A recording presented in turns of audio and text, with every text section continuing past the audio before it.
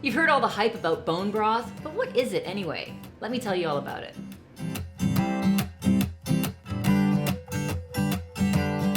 Bone broth is a little bit confusing because what it really is a really strong fortified stock. Now the difference between stock and broth is that stock is made from the bones. Broth is made from bones that have meat on them. Bone broth really should be called bone stock. But it's called bone broth and we all know about it now. It's supposed to have great healing properties for us, a great drink to sip when you're not feeling well. It's supposed to give you all kinds of health benefits. But the disadvantage is it takes a long time to cook. Chicken bone broth can take up to 6, 8, 10 hours. Beef bone broth can take up to 18 hours simmering on your stovetop, and who has that time? Well, I'm going to show you today how to make a chicken bone broth using your pressure cooker. It takes 3 hours. The first thing we need are some chicken bones. So if you collect your chicken bones when you're having roast chicken, that's a great way to do it. Put them in a freezer bag and store them in your freezer until you have enough to make broth. Otherwise, go to your butcher and ask for chicken backs, buy some chicken wings, whatever you need there, and then roast them. Very, very important to roast these bones on a sheet pan in a 425-degree oven for at least 45 minutes. We want to get some color on here. We want to have some of that fat extracted. We want them to be delicious and brown.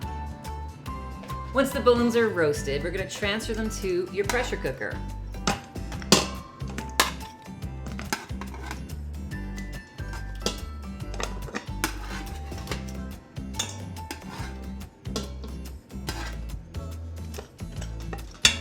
Okay, now we have a few more ingredients to add. We're going to add what we call mirepoix, some carrot, celery, and onion. Now there's no need to really peel the onion at this stage, but do make sure that any kind of dirty hairs on the end of the onion are cut off. We're going to cut it into relatively big chunks.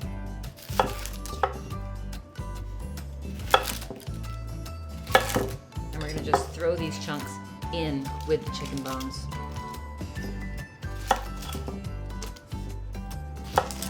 Same goes with the carrot and celery. You just want them to be in relatively big pieces and no need to peel, just make sure they've been washed.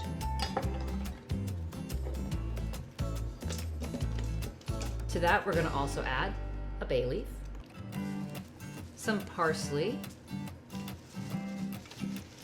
and then debatable, some people really like to have a little bit of vinegar in their bone broth, helping the bones to break down a little bit.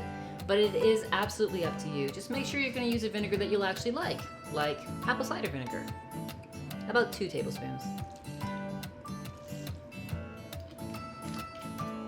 And then we're going to add water.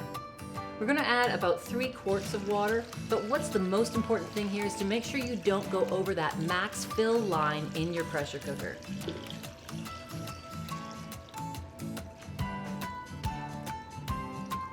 Last ingredient, a little bit of salt, about a tablespoon of salt.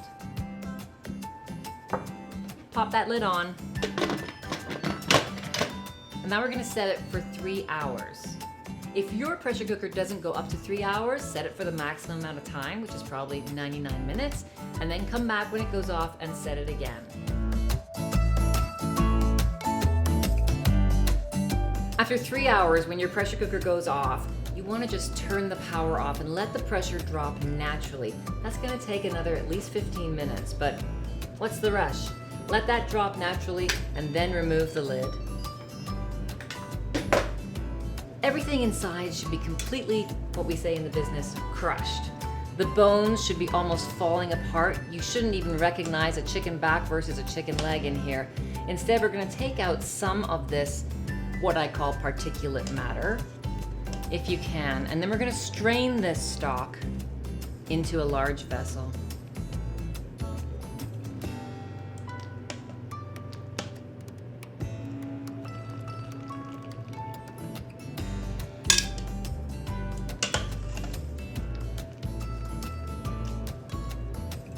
With some of that removed, then we're going to strain. Now when we strain this stock, we want to strain it through a really fine strainer. So what I have here is something called a chinois. Not everybody has this, I understand. So if you don't have a super fine strainer like this, use some cheesecloth in a regular fine strainer. You need to get all the particulate matter out. Because those chicken bones have dissolved almost, you want to make sure that you're straining everything out of the broth, okay? So we're going to take this broth and we're going to pour it through that fine strainer.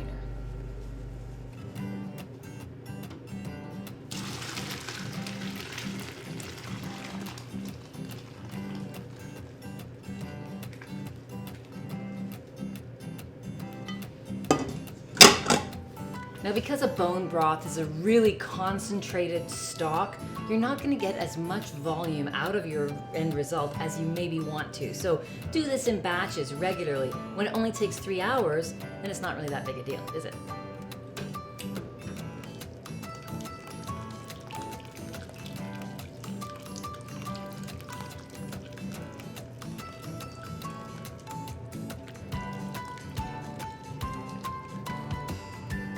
And once you've strained every last drop of precious bone broth out of this mixture, we're going to remove the chicken and the vegetables, and you can discard these.